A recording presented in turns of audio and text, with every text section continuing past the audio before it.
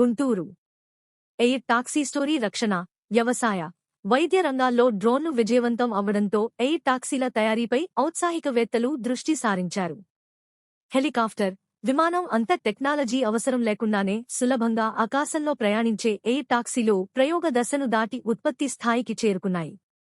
ఇప్పటికే అనేక రకాల ప్రయోగాల ద్వారా సఫలీకృతం చెందాము. అయితే కేంద్ర అనుమతులు వచ్చిన తర్వాతే ప్రజలకు అందుబాటులోకి వచ్చే అవకాశం ఉంది. ఏపీ ముఖ్యమంత్రి చంద్రబాబు నాయుడు టెక్నాలజీ వినియోగించుకోవడంలో చాలా ముందంజలో ఉంటారని ఆంధ్ర ఎయిర్ బస్ సృష్టికర్త అభిరామ్ చావా తెలిపారు. చూసావా?